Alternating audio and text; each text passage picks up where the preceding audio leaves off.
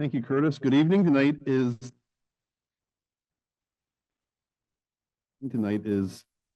March 13th, 2025. My name is Mike Licklater. I serve as the superintendent of the Harwood Unified Union School District, and I am calling this meeting to order at 6:06 p.m. This is an organizational meeting of 2025. So I'm calling to order the newly seated Harwood Unified Union Board of School Directors. In attendance, we have 7 board members in person. I am seeing one person, Mike Bishop, online. We have 3 absences at this point. And we have 3 vacant seats, 2 from Waterbury and 1 from Duxbury. So to start out the meeting, since we have a new board and we have 1 new board member present, 1 absent, I'd like to have us go around and introduce ourselves. And I'd like to ask you to share your name, the town you serve, and how many years have you been on the board? That's always the toughest question we ask at the first meeting. So I'll start at my right, and Ashley was elected to her 2nd term. So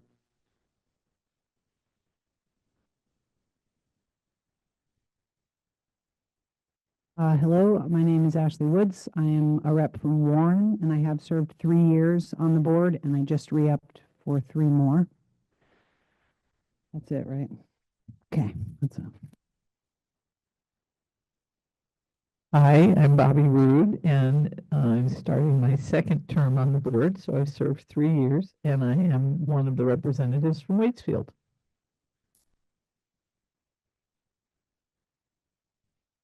Hi, I'm Steve Rosenberg. I'm one of the Moortown reps, and I'm just starting my 2nd year.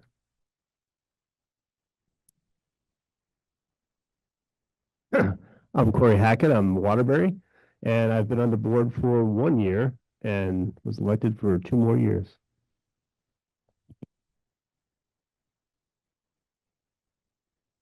I'm Celia Wing. Oops. And I'm a student rep. I live in Waterbury Center, and this is my 1st year on the board. My name is Eliana Buckingham. I'm a senior representative. I live in Waterbury, and this is my 2nd year on the board. Name is Grady Hagenboo. This is my 1st year on the school board, and I am from Waterbury Center. My name is Cashel Higgins. This is also my 1st year on the board, and I'm also from Waterbury Center. We all live within less than a mile of each other.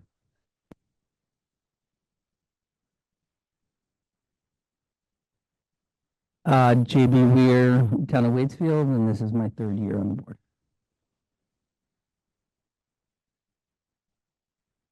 Okay, Rebecca Beruzzi, town of Fayston, 1st day.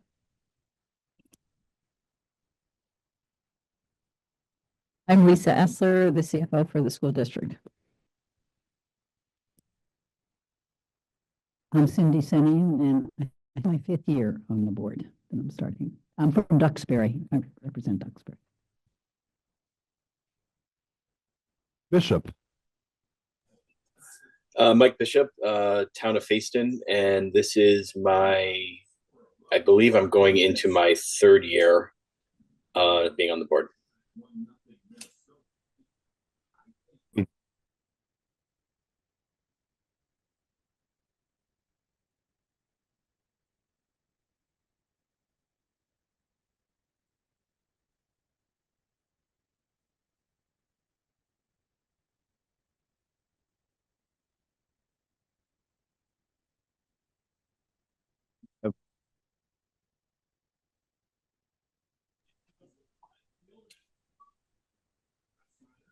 Mike, if you're talking, your microphone's not working.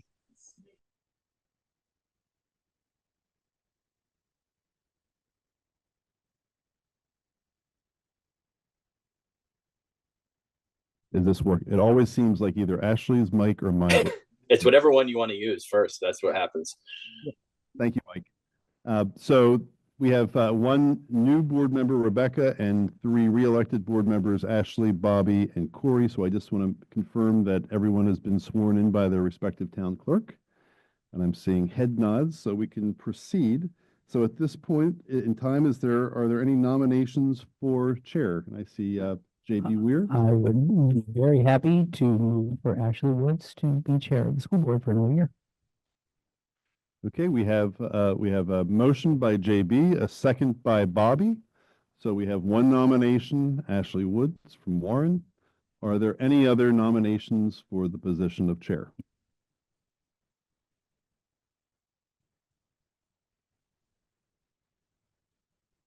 I always wait to see. We have no other, it appears we have no other nominations. I would first ask if Ashley, are you willing to serve another term? She is, so that's great news. So at this point in time, Robert's Rules does not require a motion to close nominations, but I'll ask one more time, any other nominations before we move on? Okay, hearing no other nominations, the nominations for board chair are closed. Is there any discussion? And at this time, it's customary for on this board for other board members who may wish to speak about the person or people who've been nominated for chair to speak. So discussion period, if there's anyone, any board member who would like to speak on about Ashley, your comments would be welcome as discussion. I think Ashley has done a wonderful job, as has Cindy. Kept a calm head through some difficult times and is just a wonderful board chair.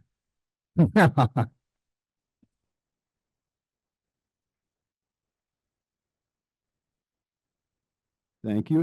If there's no other nominations, it's also customary from our board for the person who's been nominated or the people, in this case, Ashley, to say any words before we move forward.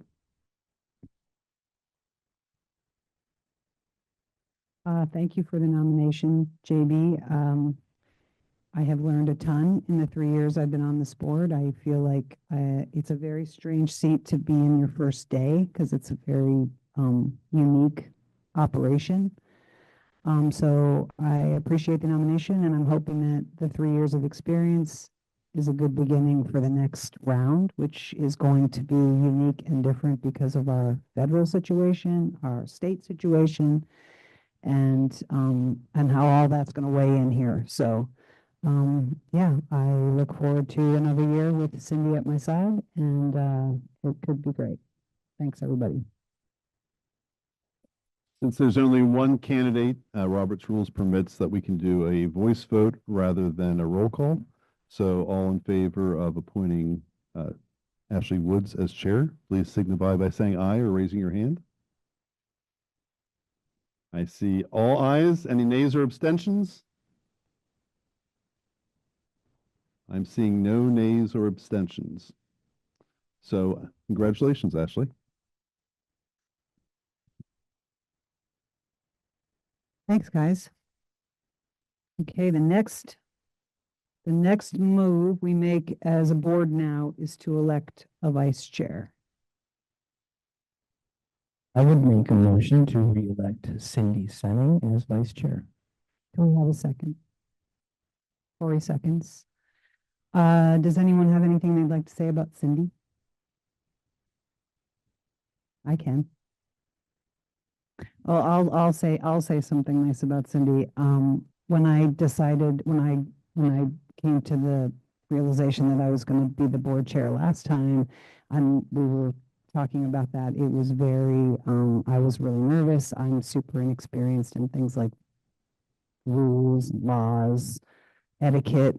There's a few things that I definitely learned, and Cindy seemed to me to be the obvious choice. And boy, I couldn't have been more right. I get all my best advice from her, and she is incredibly level-headed. Her historical knowledge of our communities, her partaking in, a lifetime of schoolwork and nursing and being a principal and being on boards, and that in itself is commitment. So I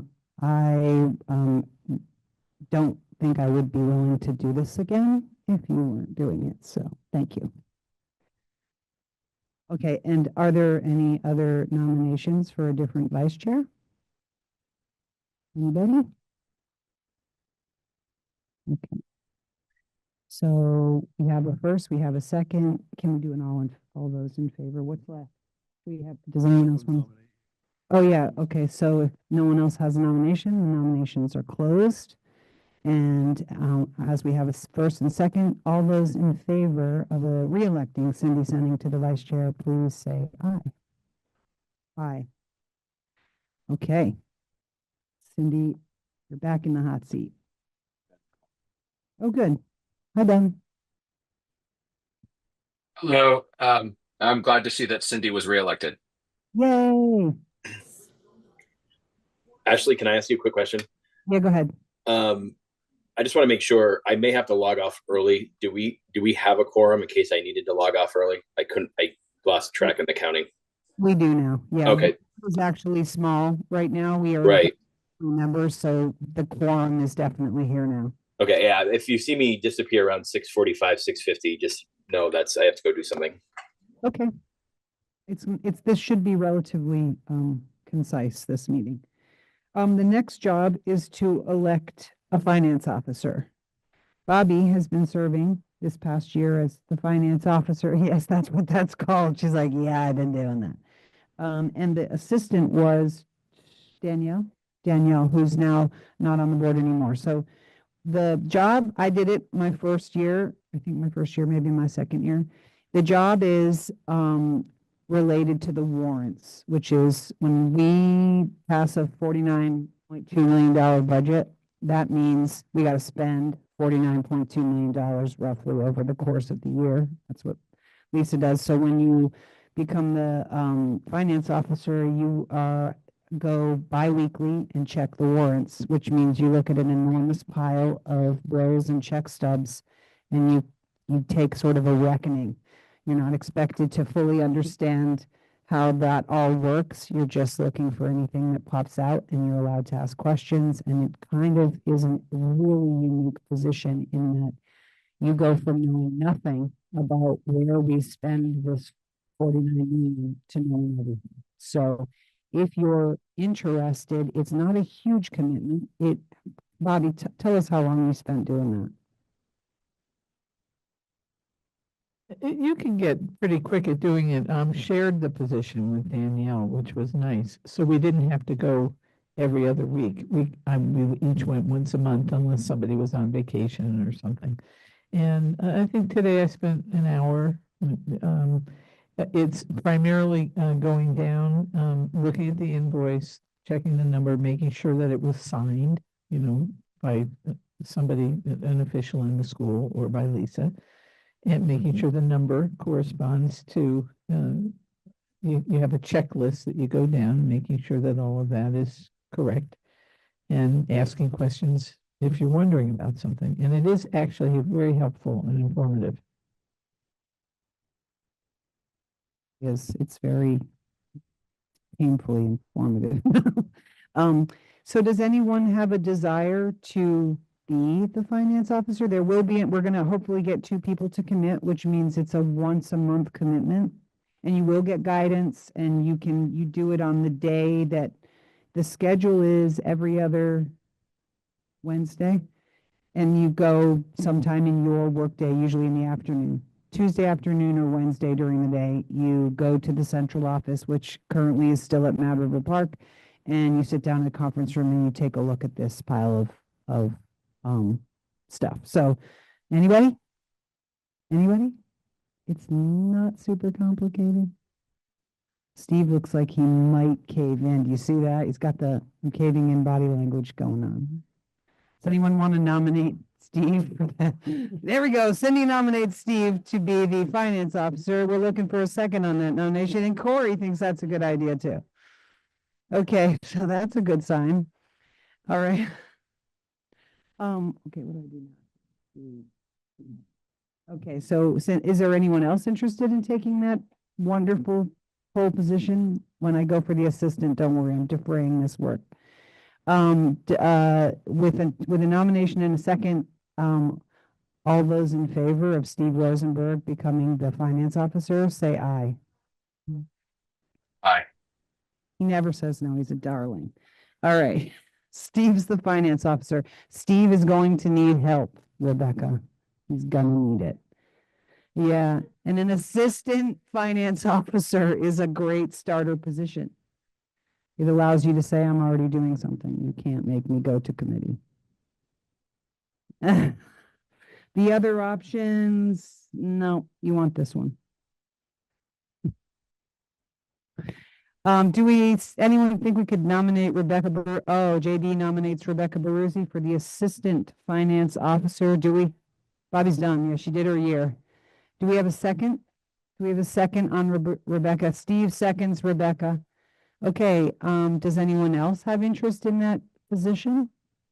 Mike Bishop? It's all about the math. There's like lots of numbers. He's not. I think that's looking good. All those in favor of Rebecca Baruzzi becoming the assistant finance officer, please say aye. Aye. Aye. Okay, good. All right, great. Thanks, you guys. The next position is the Central Vermont Career Center rep. Oh, sorry. Oh, I missed that one. Sorry. Recording secretary is first. Okay, recording secretary is a job that our amazing minutes taker Carol Chamberlain really does the bulk of the legwork on that. But if Carol should happen to need to miss a meeting, we need someone who will, in her stead, take the minutes. And I'm thinking Bobby Roode would be great at that. I think Steve's nominating Bobby Roode. Didn't even get to make the motion. Go ahead, please make the motion. I move that Bobby Roode become the recording secretary for this year. Second that motion. Right, with a second from JB, all those in favor of Bobby being the recording secretary, please say aye. Aye. Okay. And this is the Career Center. Okay, this is I'm sorry Rob's not here, but for new board members, the Career Center is our answer to all the things that the career arts that we used to have in all our schools. And we send a member from every sending school board goes and is part of their board, in addition to some at-large members. And they, it's going to play a significant role moving forward as they find their bond and they do their work to build and stuff like that. So it's important that someone is there and paying attention. And Corey Hackett was fulfilling that role for the remainder of this year. How do you feel about maybe doing that again? Wonderful. Can we have a nomination for Corey, please? Corey Hackett for representative to the CVCC. I second it. So Bobby seconds. All those in favor of Corey Hackett continuing to be our Career Center rep, say aye. Aye. Thank you, Corey. Okay, and then we designate truant officers.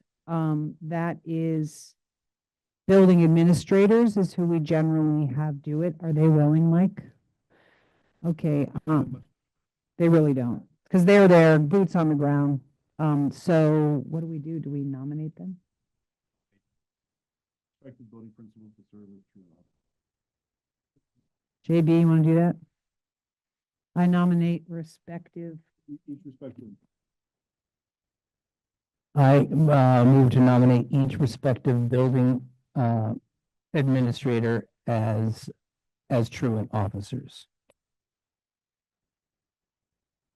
Seconds that nomination. All those in favor say aye. Aye.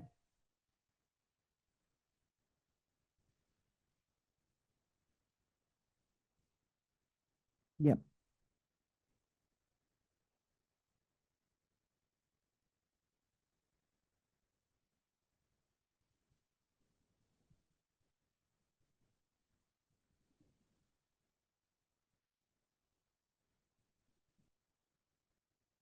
Newspapers is next. Are we ready? Okay, the last part of this business piece is designating our newspapers of record. Last year we added the Waterbury Roundabout to the Valley Reporter and the Barry Montpelier Times Argus. This is for when we announce things and we have to have public announcements, we use all of those papers to make sure we cover our whole catchment. Does someone want to make the motion to have those same newspapers this year? Corey makes the motion. Do we have a second? Steve seconds. Okay, all those in favor of those newspapers being the thing of record. Oh, discussion, go ahead. Yeah. Yeah.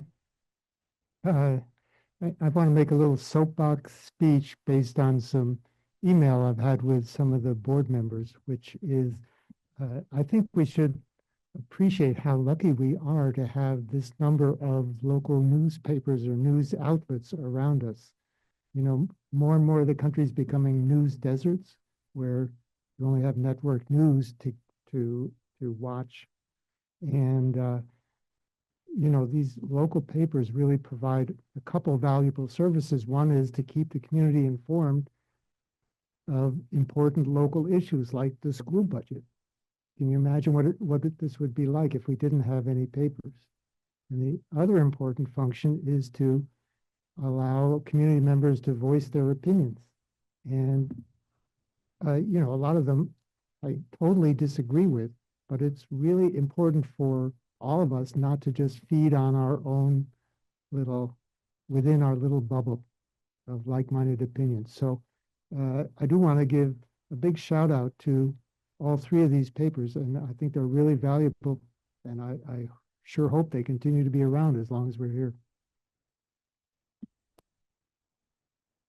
Really agree with that. And just to pile on a little bit, they help us.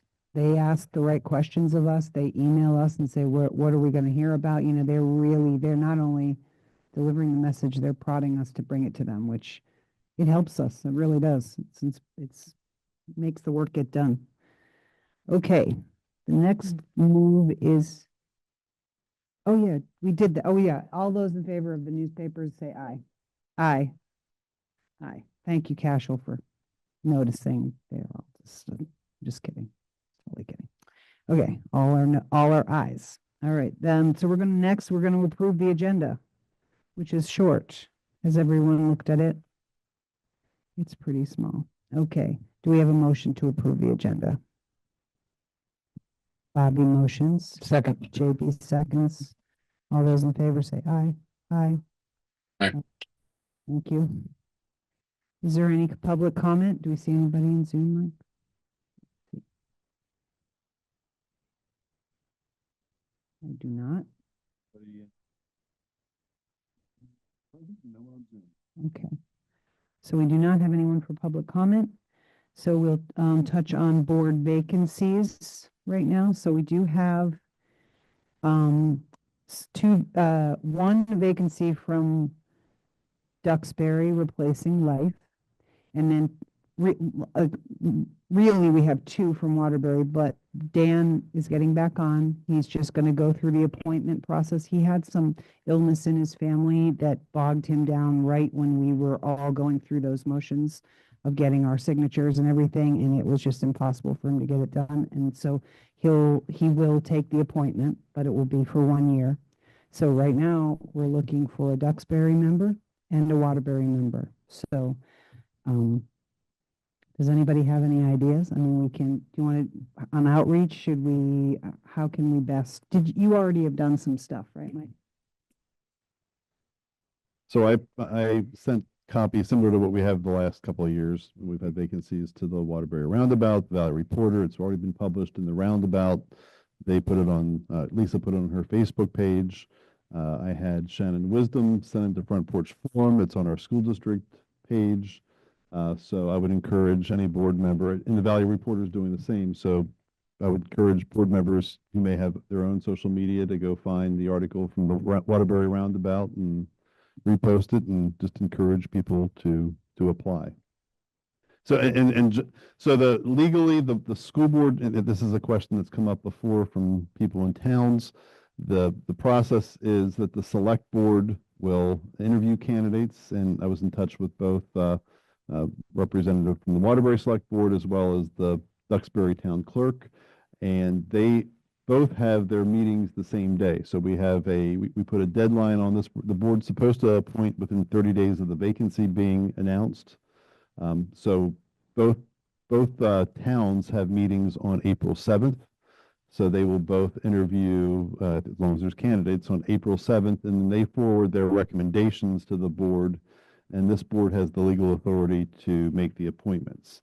The board does not have to appoint the same people recommended by the towns, but it's been this board's practice to respect the wishes of the select board. And that's been, as long as I've been watching meetings for the last 3 or 4 years, that's what this board has done. So that's kind of the process. So this board will be able to take action on April 16th. So if you think of someone who this fits into their life, I mean, the tricky,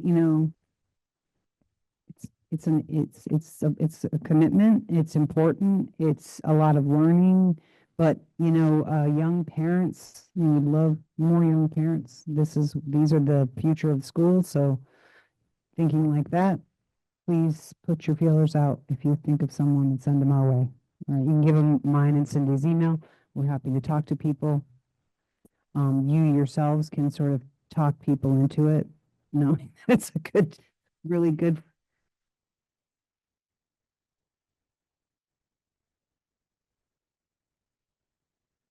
I love that. Yeah, you don't get 3 minutes. You can talk all day if that's what you're into.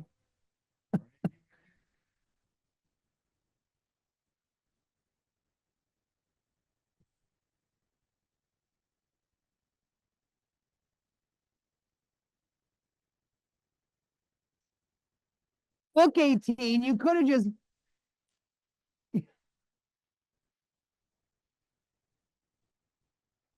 Use your mic. No, they're not there. Yeah, well, yeah, I would ask them. Cashel just asked if he had to be 18 to be a school board member, because we don't know if that is official. Yeah.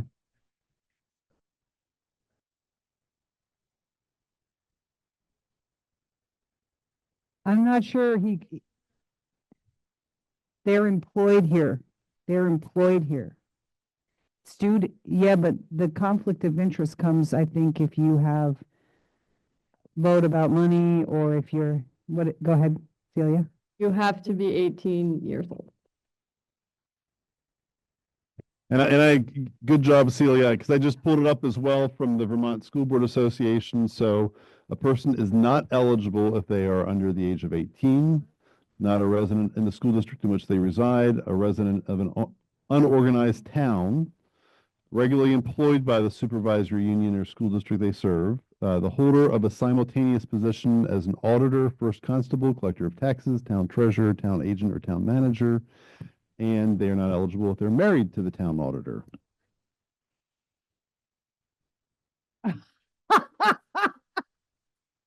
Okay.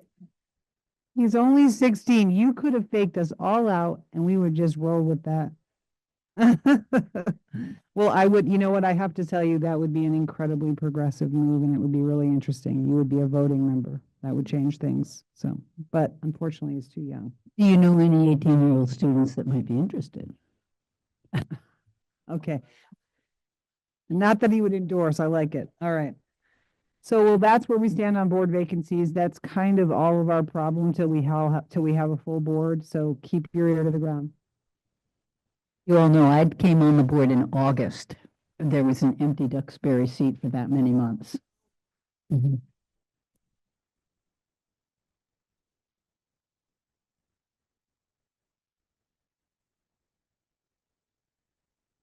Be 17. They will, but they'll be graduated and not caring.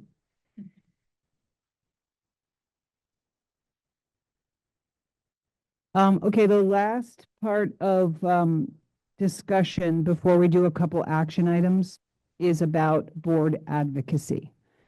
So everybody knows what, or maybe not everybody, but most people know about the governor's proposal for the reformation of education in Vermont. Dr. Mike serves on the commission that has been trying to give them information. The proposal that came out at the end of January, we found jarring, I mean, to say the least. It is a monster move away from the way we do things here in Vermont. It it ends local control as we know it, certainly. It has it has a lot of flaws and not a lot of stuff to back it up. It doesn't, it's just it's pretty wild. So I'm trying not to bash it right now, really, really, really hard, trying really hard. Because what I'm going to pitch to you guys is after the proposal came out, Dr. Mike, Cindy, myself, the superintendent from the Stowe Elmore Mountain Group District, plus the board chairs from Stowe and Elmore Mountain met to talk about our own sort of specific bubble here in Wright and Central Vermont and how we were feeling, because we were all freaking out. You know, school board work is not, you don't do it because it's fun. You don't do it because you want power and prestige. There isn't any. It is very much trying to do right by students and young people. So this, the group that Cindy and I started talking to, we have drafted a letter that we want to send out. I'm going to share it with all of you. I wasn't board chair yet, so I couldn't really do that. But we've drafted a letter to share with the entire core of school board members across Vermont, which is about 900 people. The letter asks people to join us in a coalition that exists outside, independent of the Vermont SBA, the School Board Association, and is its own sort of entity to advocate and navigate pushing back against components of the plan. We are not against reformation at all. We are for it, but it has to be done in a reasonable and measured way, and the time needs to be taken to do it right. And right now, it's a race to the finish because they want to get stuff passed and get it through before we all figure out just how bad it could be. Because the 5-district model that they floated is just really, it's like clickbait. You know, they're going to settle out late more than that, but it's going to be way less than what we have now. And the savings that's promised, they just can't, they haven't shown us where that savings come from. They also have not addressed the cost drivers that we know are capital improvement and deferred maintenance and the cost of healthcare that we're spending for teacher health and staff healthcare. I mean, and healthcare in general in Vermont, but there's like this smokescreen to change governance. So last year, when we got our budget voted down, and it took 3 times to pass that, the mandate that came from Vermonters was find a better way to fund education, figure it out. We don't want to kick it down the road anymore. We need to turn and face it. And it's about money. It's about taxes. It's about how we do the funding. It was not about governance change. And that is where they're starting.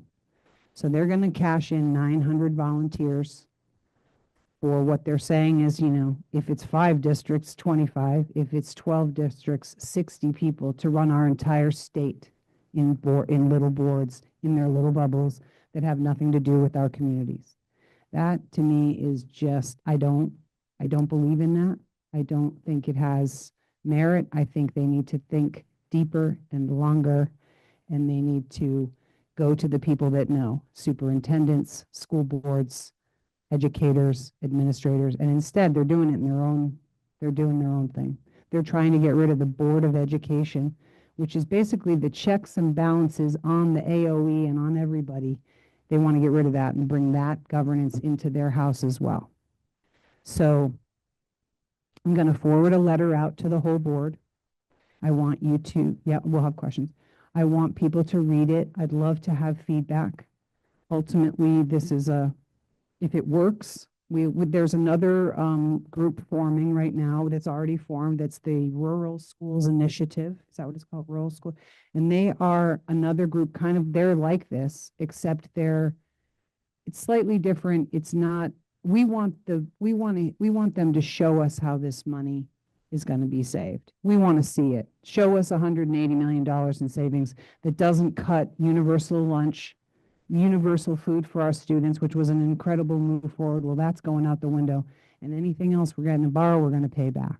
So these short-term solutions is a lot of smoke and mirrors. I quote Lisa with those terms because it's a lot of smoke and mirrors, just like changing up the numbers when we're doing our budget talks. So I hope that everyone will read it. I'm open for questions. Cindy and I can answer questions about where we stand and what we have. You'll see the letter. We hope that you'll sign on. I'm curious how other people are feeling about the plan. So does anyone have any comments? Okay, if I can just add, this coalition of school board members, I think I'm so behind it. That's why I'm on that letter with Ashley. But also Ashley and I wrote letters. Some of you may have seen them. They got published different places to both the governor and to the state legislators stating our concerns. Any of you all can do that on your own, accord, just as we did. We didn't come to our board and get approval to do that. That was a letter from Ashley and me to the governor and then to the state legislators. Because we weren't meeting, it was all during the same budget time and everything. We just were not going to have an opportunity to do that. But in some ways, it might be just as good if others also do that. They just need to be hearing from a lot of people, the whole business of protest being out there, people being there and people seeing what the reaction is to the work they're doing. It's just, to me, it's just unbelievable.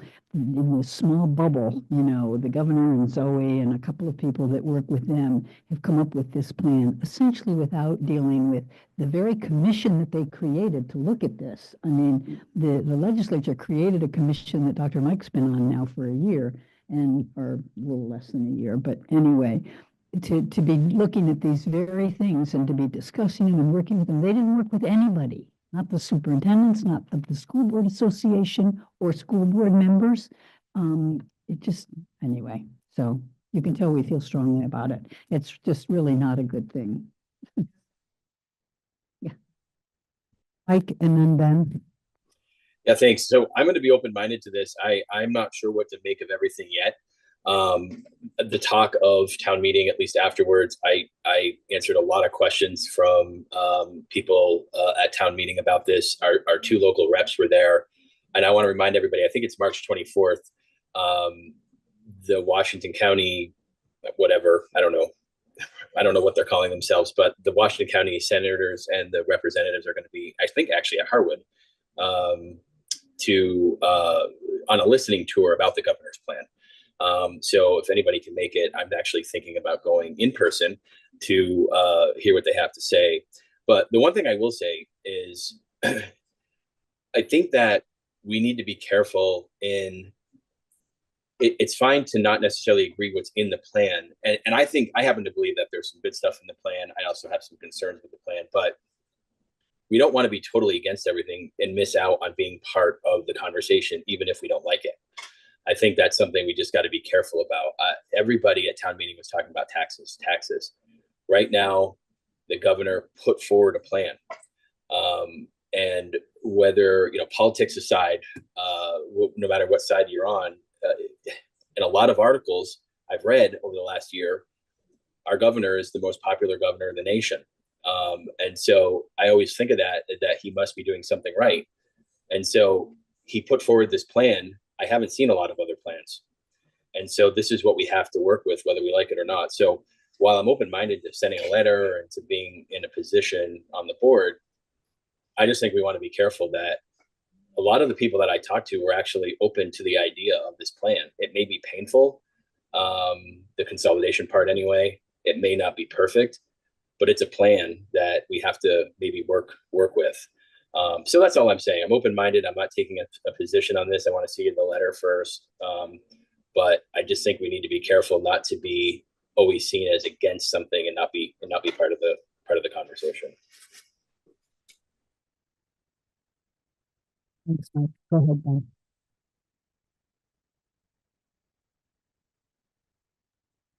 Yeah, so I guess I just have a different point of view than Mike Bishop, which is, as a Republican, I voted for this governor, and I like this governor, but I don't like his plan. Um, I read through the plan. I understand the plan in its totality. Um, and he is popular in the sense that when you talk to a lot of um, Vermonters, we like to balance our legislators. That's why we have uh, historically a supermajority Democratic stronghold in the legislature and a Republican um, governor, because that's and a socialist, um, uh, essentially very much a socialist Washington crew that so the thing about it is that we as Vermonters, we like to have a sort of a balanced approach to things. Um, that doesn't spur a mandate to me. What spurs a mandate to me are good ideas, and this isn't a good idea. Um, the fact that we consolidate things down to a 5 district approach doesn't solve anything. I know where he's coming from the 5 district plan. I think that's where already there are already meetings happening at the superintendent level, or I guess they're having conversations at the superintendent level, county by county, where they're doing that. And other than the fact that we've got 5 fingers on a hand, I'm not sure that things are taking into account about cultural items or items of how students are sort of managed by socioeconomic class or understandings of where resources are moved around the state. I'm not sure any of that was really taken into account when this plan was developed. So while I understand that now he doesn't have a supermajority to contend with, he has to come up with a plan of his own, which I really do appreciate. I'm not sure that this is the plan. And I'm also not really sure that this is the plan that's going to get sort of tacit approval in the legislature. So I'm not sure that just because the governor came up with a plan that we should stand behind it. I think that that's probably the wrong point of view to have moving forward, especially if we haven't read it, sort of front to back. Um, but for those of us that have read it front to back, you kind of quickly understand that the foundation formula doesn't really address much of anything. As a matter of fact, we rejected it back in the 60s. And now that we have Act 60 in the way of the funding formula, I'm not sure why all of a sudden this plan coming to fruition again is something that we're going to say, yes, now that we've got Act 60 in the way, we're going to accept it all of a sudden. So while I understand that we need a funding formula that works for Vermont, I don't think it's this one. But I do think, and I'm grateful for, the start of a bipartisan conversation, right? So I am grateful for that. I am grateful that we need to get into the mix of a conversation. I am grateful that people are starting to leave their party affiliations at the door and are starting to say, like, what does it look like, a plan that does work for everybody. And so that I am grateful for.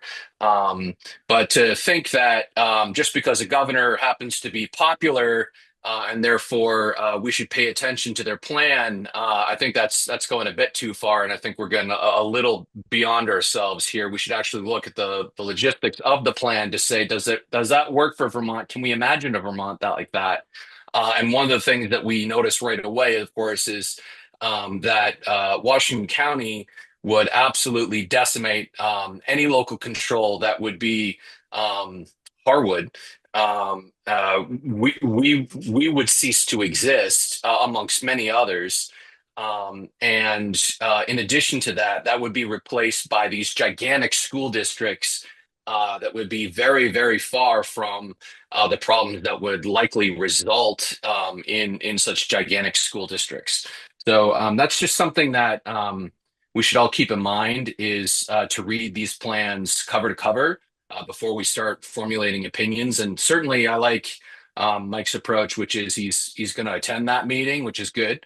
But I think we should all be getting into the mix and getting into the weeds on this, because these plans that these people are going to be coming up with serve some interests. And I think as you start to get involved in what they look like, they only serve some interests. They don't serve everybody's. And by the end of this, we still need to have a Vermont that all of us recognize by the end of the day. So I think that's really important. Just food for thought. Ben, I agree that that something has begun. I will say I've just forwarded the letter to everyone, and our letter, what we're wanting to do is offer some counter proposal to their ideas. So I'm gonna, JD, go ahead. Thanks, Ben. Just with regard, in response to Mike, I personally have not heard a single person that finds and I would encourage him to look at the modeling numbers and the losses that this district that would result under such a plan. I fully support the leadership's letter. I haven't read all of it yet, but if there is anybody who does not want to support it, then they can sign on to it. But this plan might be a starting point to a longer discussion, but there is nothing good in this plan that benefits this district.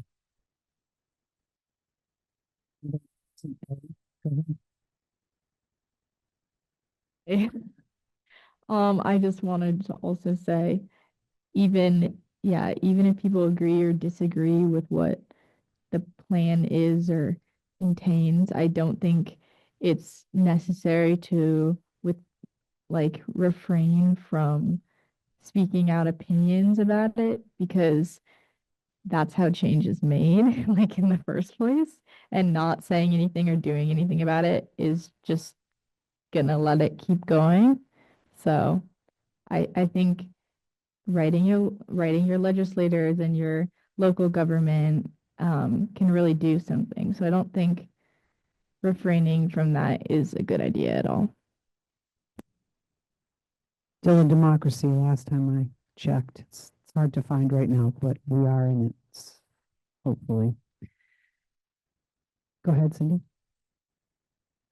The issues that was raised to me by someone was the manner in which this was presented, that we got this very broad kind of wishy-washy plan that didn't really specify much of anything other than the change in governance structure in the state and a foundation formula that nobody was sure exactly how it had been, how they got to it, what went into that foundation formula, which turns out when you begin to think about a foundation formula, it's very problematic for us, in fact. But in any case, the point being that then what happened was, not 2 weeks ago, we came out with a 176-page legislative document stating running through some of these various pieces that were in the original sort of proposal thing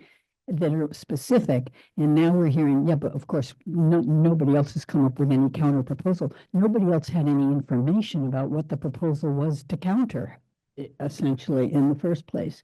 So it's a kind of a classic way of presenting something, bringing it up at the tail end, then there's no response, that's nobody's had time to generate a response. And then the commentary, and I heard this commentary, in fact, is that, well, the legislature hasn't done anything about this.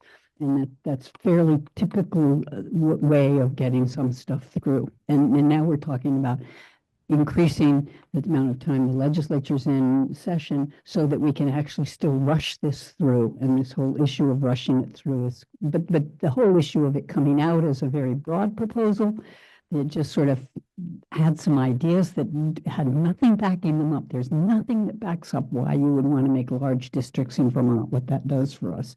And then secondly, then at the last minute, coming forward with some of the detail and complaining because nobody's responded to the detail. Just as an aside, after we had our initial meeting with the Stowe and EMU people, we had a Zoom a week later with Andrew Perchlik, Ann Watson, and Ann Cummings. And Ann Cummings is on finance and chair of finance. And we talked through some of our concerns and questions. And, you know, the underlying feeling that I got was they don't know enough about what they're like. We brought up that the getting rid of the Board of Ed really just removes checks and balances, and they didn't know about it. They didn't know that. They're like, wow, good point. I'm like, that's like a power grab. I used that term to her. I said, it's a power grab move to get rid of the people. And I mean, that Board of Ed is a bunch of very smart people, you know, so like it, and Ann Watson actually said, wow, that's really interesting to know. Like, you know, like they all ought to know, but they have so much on their plates. If we don't dish it up, as Ellie eloquently said, that this is what democracy is. We need to push back. And while I hear Mike, I'm not against the state of Vermont, and I'm certainly not against reforming how we fund education, but I hate this plan. I think it is unfair to Vermonters, unfair to students. All it is a way for the very tippy top to grab a whole bunch more power and claw it in. So I would appreciate feedback on the letter. We are going to send that letter out to a lot of people tomorrow. If I'd love to have anybody who wants to sign on to it, let me know and we will add you. That's going to be our most powerful move. Our move is to get everybody together and have a Zoom during the day next week on the 19th, like the same day as our meeting. We have we're going to do a couple of Zooms at different times of day to catch people when they can be there. I will forward that information as well. But it is, thank you, Ben. Ben will be added. This has a lot of promise. There's very smart people involved and people who've given it a lot of thought. The chair of the Stowe School Board has been on for 8 years. She's made it her mission to understand state finance, education finance. She knows a lot. And she has ideas, you know, that are sane and about the block grant, the original, what it was built on, but just doing it right and doing it with appropriate numbers that can actually fund our schools. So this is it's a really cool and exciting way for us to actually make a move, because otherwise we're sitting here waiting for this crap to get handed down to us. And I didn't start losing sleep over the school board until this, even worse than the budget. This seems like the budget didn't faze me because of this. This seems much more pressing. So please have open minds, read the letter, get back to me. Let me know if you want your name on it. Okay, that's end of discussion unless anyone else has any comments. Okay, the last thing we're going to do tonight is our action item on which we're going to vote is to approve the New York City choral field trip request and to approve the board warrants from 2/26/25 for $519,101.94. Do I hear a motion? Oh, sorry. First, first we'll do the field trip. Do we have a motion to approve the New York City choral field trip request? I make a motion to approve the New York City choral field trip request. She loves theater, this one. Second from JB. All those in favor say aye. Okay.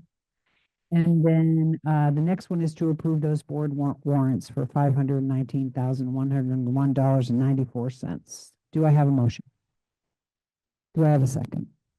Steve seconds. All those in favor say aye. Aye. Okay, one last motion. Who's going to make that? Oh, Tori's not here to make it. I will move to adjourn. Do we have a second? Corey? Oh, JB, do you want to, sorry, right before we do that. So next week, our meeting will focus a bit on our building committee and our Truex sort of evolved presentation. Do you want to talk a little bit about that? About, I mean, what we're gonna do? This week, or I should say, yesterday, we met with Truex Collins to discuss the presentation to the full board next week. So the way that's going to, Ashley and I will kind of give a brief.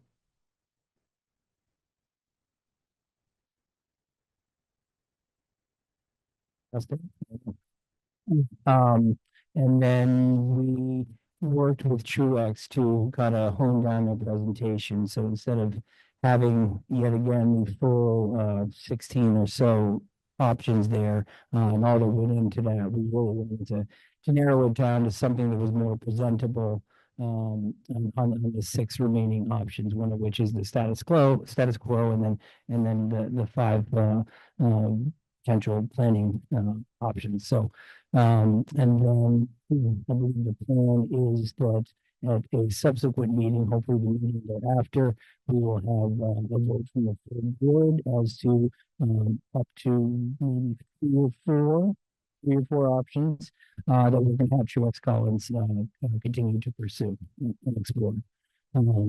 So I think unless there's an overwhelming agreement at next week's meeting and board members are decided on which options they would like Truex to continue to pursue, there's a second meeting to finalize those options. And just one last thing. So it is important to keep all those initial options, not so much on the table, but at the ready. So we're going to make sure that document is out there both for the board members and for the public. So we are very transparent and make sure that everybody knows that every stone is being overturned or being turned. And so we will, despite narrowing it down, we'll always have that universe of options out there we can go back to for any sort of reason. So one last additional, we will be doing the facilities evaluations for. We don't need board vote. Okay. Yeah. Okay. So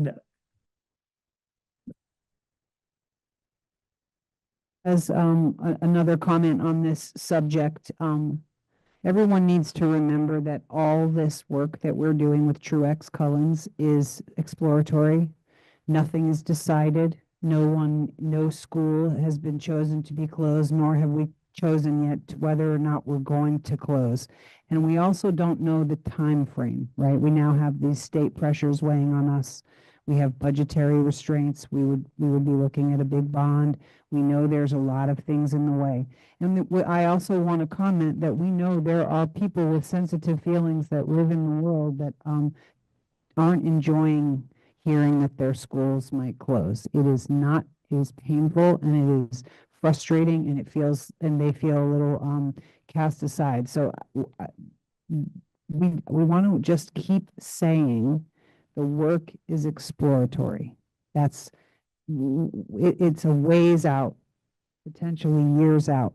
So as we move forward, the next piece is we're going to go back to we're going to finalize what we've done with Truex so far for the money that we already allocated to do that. And that section is coming, phases 1 and 2 will be coming to kind of a close-ish. And we will be, if we move forward with them doing more exploratory work, the next piece is a full building evaluation on each building in this district, including ones that may close, to get a real number and a real bead on what the infrastructure needs are. We're not going to throw anything out with the bathwater. We're going to still soldier on very methodically through our plans with them, because that's how we end up with the broadest picture.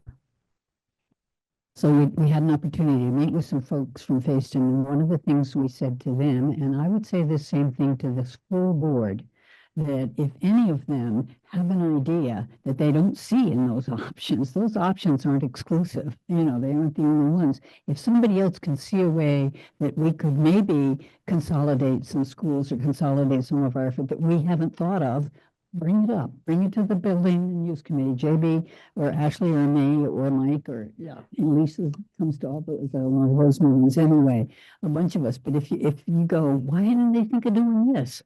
Please bring that up to us. And we said that to the Facein people who were feeling like theirs was the only school that was in every option to be closed. That they looked at those options that way, and that was difficult for them to look at it. We were saying, yeah, but give us an idea. You know, if there's another one, we just put out the ones that we were able to think of. So, but you guys too, board members too. Just that's another point we should make. Yesterday, me, Cindy, Mike, Lisa, and JB all went to the Waitsfield School and met with the staff Facein School, to meet with the staff and talk this through and answer their questions and kind of sort of quell some of their stress. I hope that happened. But we want to let everybody know that we're going to meet with the Moortown School staff on the 25th of March and do the same, have the same, interface where we talk about it and we talk about, what's really happening as opposed to what all these little bites that get out into the news and get everybody freaked out and have people worried about house prices dropping and no one moving here and all these things that are stresses. We're trying to involve everyone in the conversation so it feels more inclusive and less like schools are hanging out there. So that meeting is on the 25th and we're the same group. I think we'll do it. Go ahead, JB.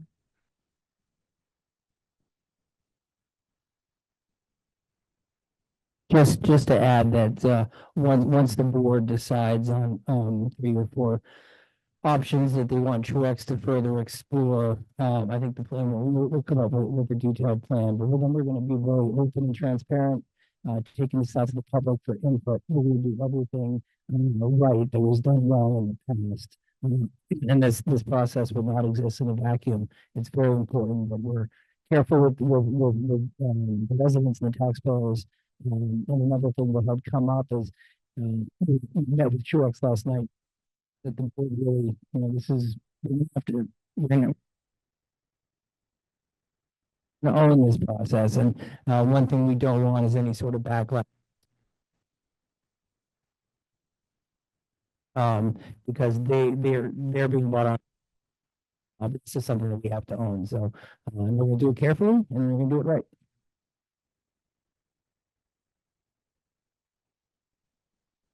The meeting last night with Truex was a warned meeting. You can view it online. It was our building visioning committee meeting, so you can see that meeting if you want. They are feeling a little sensitive also because they're, people think we're like trotting out the big dogs. They actually are just incredibly. They have a ton of work experience doing schools in Vermont, so. They're not villains. They're doing a great job for us. And, they're also, brainy nerds. So they do things in their own way and in their own time. We paid good money for that. So it's been an exhaustive process. We have turned over every option. And they've been really good. So anyway, just saying. Okay. I think now we have covered it. And that's our next thing for our little department. So next week we have our meeting, March 19th. The other thing we're going to talk about on that night is committees. We're going to go back and revisit all the committees and we're going to rearrange all that. So do we have a motion to adjourn? JB motions, Cindy seconds. All those in favor say aye. Aye. All right. Thank you, everybody.